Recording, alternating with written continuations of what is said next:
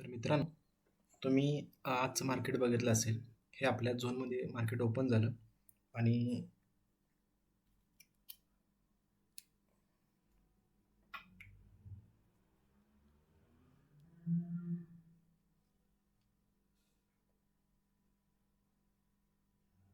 तर मित्रांनो, तुम्ही आजचं मार्केट बघितलं असेल. हे आपल्या झोनमध्ये मार्केट ओपन झालं इथं. या झोनमध्ये ओपन झालं. त्याच्यानंतर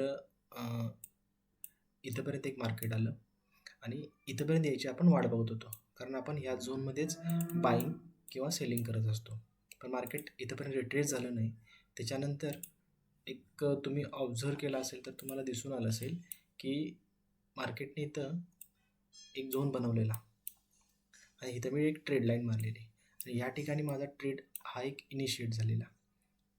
या ठिकाणी सेम इथं पण झालेला आणि या ठिकाणी पण झालेला. ह्या दोन्हीपैकी कुठं पण तुम्ही पुट बाय करू शकला असता. आता मी 25,600चा पुट लिस्टमध्ये ॲड करून ठेवलेला. CEP दोन्ही ॲड करून ठेवलेले. जर मार्केटमध्ये तुम्ही पुटची मुवमेंट बघितली तर ह्या झोनमध्ये काय झालेलं, ह्या झोनमध्ये मार्केट येत होतं आणि इथून वरती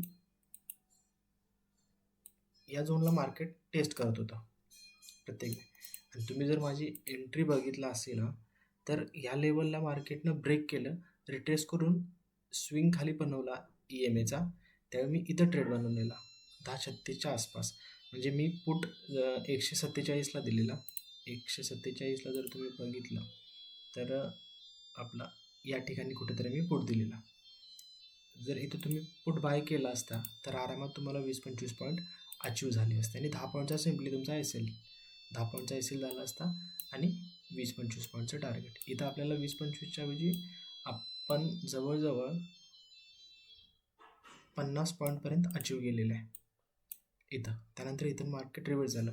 आपलं टार्गेट इथंच कंप्लीट झालेलं. त्याच्यानंतर आपण SL ट्रेल करत गेलो असतो तर एक 30 पॉईंट तुम्ही अचीव करू शकला असता या ठिकाणी. परत नंतर ज्यावेळी मार्केट खाली आलं, आपल्या झोनपर्यंत बाईंग किंवा सेलिंग नव्हतं.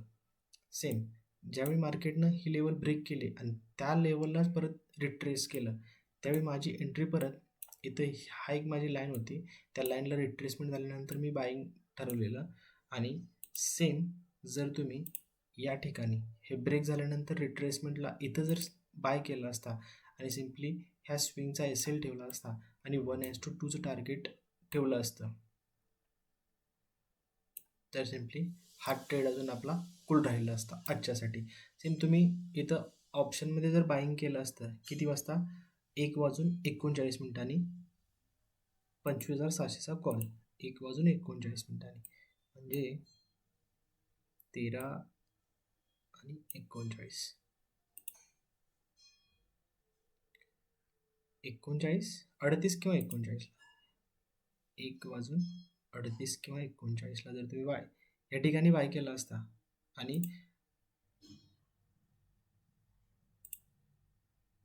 या ठिकाणी जर तुम्ही बाय केला असता आणि सिम्पली स्विंगचा SL ठेवून जर ट्रेल करत असता तुम्ही, तर आत्तापर्यंत तुम्हाला जवळजवळ म्हणजे एंड ऑफ द डे जरी त्याला हे केलं असतं तरी 39 पॉईंटचं टार्गेट इथं आपलं अचीव झालेलं आहे आणि तो ट्रेड आपला अजून होल्ड आहे. कारण ही वरची लेवल अचीव होण्यासाठी उद्या एक्सपायर असल्यामुळे टाईम डिके होऊ शकतो. त्यामुळे आपण इथं एक्झिट केली तरी चालेल 3च्या आसपास.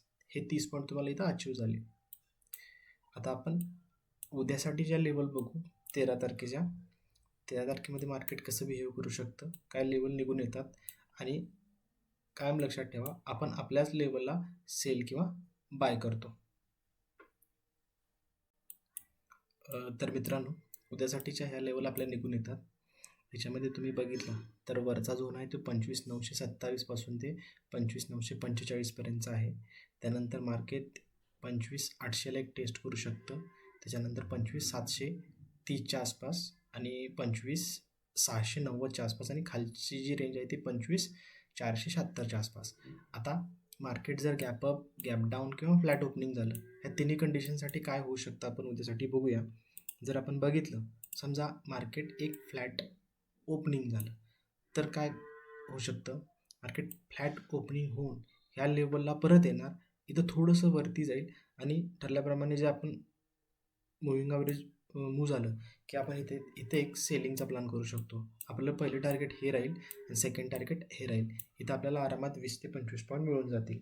सेम मार्केट फ्लॅट ओपनिंग होऊन या रेंजला आलं, ह्या रेंजच्या खाली गेलं, ह्या लेवलला पण टेस्ट करू शकतं किंवा इथून मधूनच वरती स्विंग करू शकतं. त्यावेळी आपण सिम्पली 10 पॉईंटचा असेल आणि 20 पॉईंटचं टार्गेट शिवू शकतो.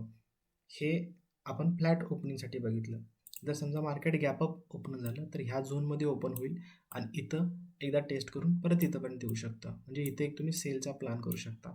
समजा मार्केटने ही लेवल ब्रेक केली आणि आजच्यासारखं परत इथंच खेळत राहिलं आणि इथे एखादा बाईंगची तुम्हाला ऑपॉर्च्युनिटी मिळाली तर तुम्ही इथं बाय करू शकता. सिम्पली 10 पॉईंटचं असेल 20 पॉईंटचं टार्गेट. हे झालं गॅपअपसाठी.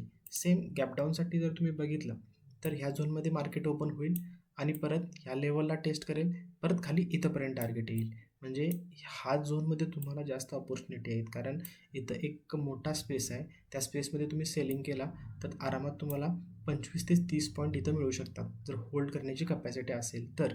नसेल तर 20 पॉईंटचं टार्गेट ठेवा, 10 पॉईंटचा असेल ठेवा. सिम्पली तुम्ही इथं या पद्धतीने प्लॅन करू शकता. जर समजा तुम्हाला इथं एखादी ऑपॉर्च्युनिटी घावलीच नाही, म्हणजे इथंपर्यंत मार्केट टेस्ट झालंच नाही, इथंपर्यंत आलं आणि इथून जर रिव्हर्स झालं तर ह्या ह्या स्टेजला तुम्ही बाय करू शकता. ही आपली आहे आजची गॅप डाऊनची कंडिशन.